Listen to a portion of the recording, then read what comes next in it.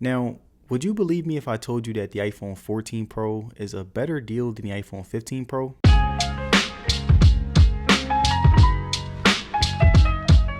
Now, the iPhone 14 Pro is a phone that I would say flew under the radar for many people, but when you really think about it, since the price has gone down to $900, I would say that you're getting a cheaper deal for practically the same phone as the iPhone 15 Pro. And I know, there are many people out there who will say that the iPhone 15 Pro has USB-C, it has 5 times zoom, or even the fact that it has an A17 Pro chip. Even though a lot of us tech nerds are intrigued by the minor updates, in reality, most people don't really care, because when you really think about it, the iPhone 15 Pro won't be way better than the iPhone 14 Pro, it'll just be a little bit better. And with the iPhone 14 Pro, you can still do everything that you would do with the iPhone 15 Pro for basically $100 less. So in actuality, the 14 Pro might be the ultimate deal for anyone who wants a flagship iPhone, but doesn't want to spend over $1,000. And in this video, I will be sharing my experience with the 14 Pro and showing how it holds up after 1 year of use. Now, the first thing that I wanted to cover is something that'll make or break your experience with the 14 Pro, and that's the battery. And I've tested how long my 14 Pro lasts with high usage, and during my time using it,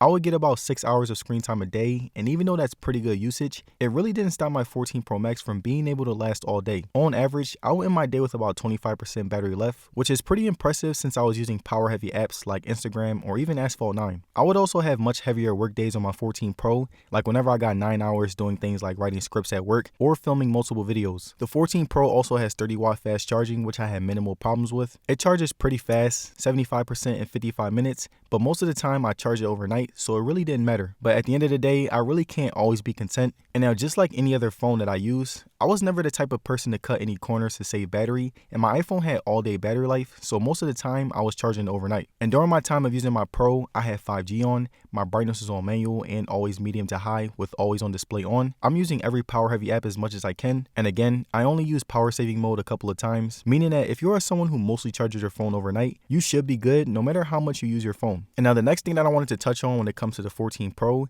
is the first thing that you see and feel, and that's the design and build quality. Now, the iPhone has always been pretty good in both of these categories, and I'd be lying if I said that the 14 Pro doesn't deliver. The 14 Pro has this very rounded frame at a point of view, but when you hold it, it's very boxy and it feels like the iPhone 5 and 5S. The phone's frame fits into my hand very well, and I'm holding my phone for hours on a day-to-day basis, so it really helps to have a phone that's easy to carry around. The 14 Pro also had a nice weight to it. It weighs in at 206 grams, which is about the same as the iPhone 15 Pro. And me personally, I like when my phones have a pretty good weight to them, and the iPhone 14 Pro kept that premiumness. And now when it comes to the whole aesthetic of the 14 Pro, it really has mastered that Apple clean yet simple type of style. The buttons and ports were in the right places. You do have the lightning port, and the phone was still big enough to add to the experience. And even using it with a case, the iPhone has always had aesthetically nice cases, and now is also a great time to get the 14 Pro because a lot of cases will be on sale. And now looking at the display, the iPhone 14 Pro has a 6.1-inch Super Retina XDR display that is honestly one of the best when priced at $900. The pill-shaped notch isn't the greatest in terms of spacing when watching videos, but whenever I used it regularly, I found the whole aesthetic to be favorable compared to the old school notch. Everything on the display felt very smooth. I think that the 14 Pro mastered the balance between sharpness, accuracy, and a feeling of quality. And as far as durability, the Pro has ceramic shield on the display, and just like I always say, Apple has always had pretty terrible scratch resistance, and if you do get the 14 Pro, thank me later, but you should get a screen protector because again, one simple drop and your screen will have a nasty scratch. Now, durability isn't the only thing that's great about the display. It's very sharp, punchy, and premium when it comes to vibrancy, but it knows not to overdo it. The brightness is still amazing. If you're outside, your 14 Pro can reach up to 2000 nits of peak brightness, and there are a lot of extremely sunny days where I'm at, and I had no problem seeing anything, and it was pretty much as bright as my S23 Ultra. Now, just like every Pro model iPhone, my favorite thing about the display was the 120Hz refresh rate. It complemented iOS so well, and I was very surprised that it was able to be fast and sharp at the same time. Watching movies and content on this phone still looks really good. The dual speakers really adds to the experience, and the speakers are extremely loud with a really good quality. Now, the last thing that I wanted to touch on when it comes to the display is the array of ways to unlock your phone. There aren't that many, but Face ID works very well, so I really can't complain. No matter what environment I use it in, it worked very well, and if I'm being honest, it's really the best Face ID in the smartphone market. Now, the dynamic island is something that many people who have the iPhone 14 Pro don't really care about. After a few months of me buying it, I really didn't care about it as much. The only thing that I use it for is music and sometimes the GPS, but all of its other functionalities like the timer or caller information can be clocked on my Apple Watch, which makes it even more meaningless. And now I'm not saying that it's not good.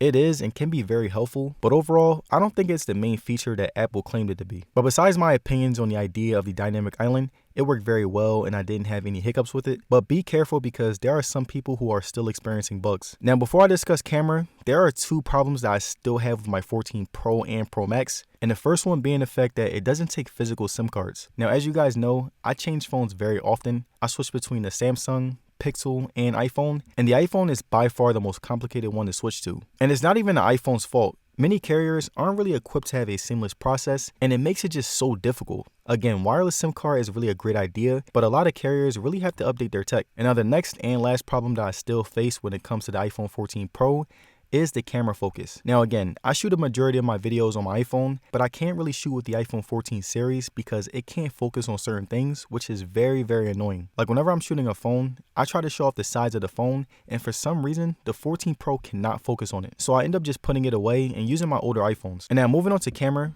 the iPhone 14 Pro provides an amazing system. It has a 48 megapixel main camera with a 12 megapixel ultra wide and 12 megapixel telephoto camera that is really good in most aspects. Now the iPhone has always been the most realistic in terms of color. Like the colors are always toned down and you can tell that the photos are trying to be as realistic as possible. I love how it brightens up everything in the phone so that any subject is not only clear to see, but also very clean. The Pro zoom photos are pretty good as well. I found the ultra wide photos to be acceptable but not great, but as you zoom in more, the pictures add much more detail. Selfies on the 14 Pro are still some of the best that you'll see. I love how it handles my skin tone. I love how it looks very realistic. And I've always been a fan of iPhone selfies, and this time is no different. Now, videos on the 14 Pro were amazing despite the minor problem that I mentioned earlier. There were many things that still impressed me, and overall, it's honestly my favorite video camera to date. It looks really great, and even though it takes up the most space, I think that the quality is so much worth it. The stabilization is good, pans were very smooth, and the sharpening is still at its peak. And I want to give you guys some of my random footage that I was able to capture with my iPhone 14 Pro.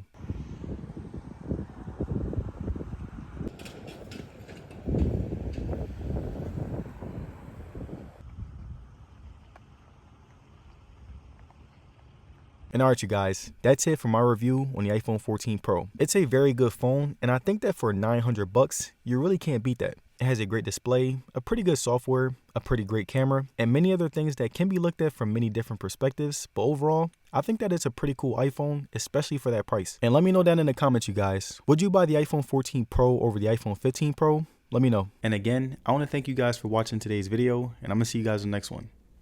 Peace.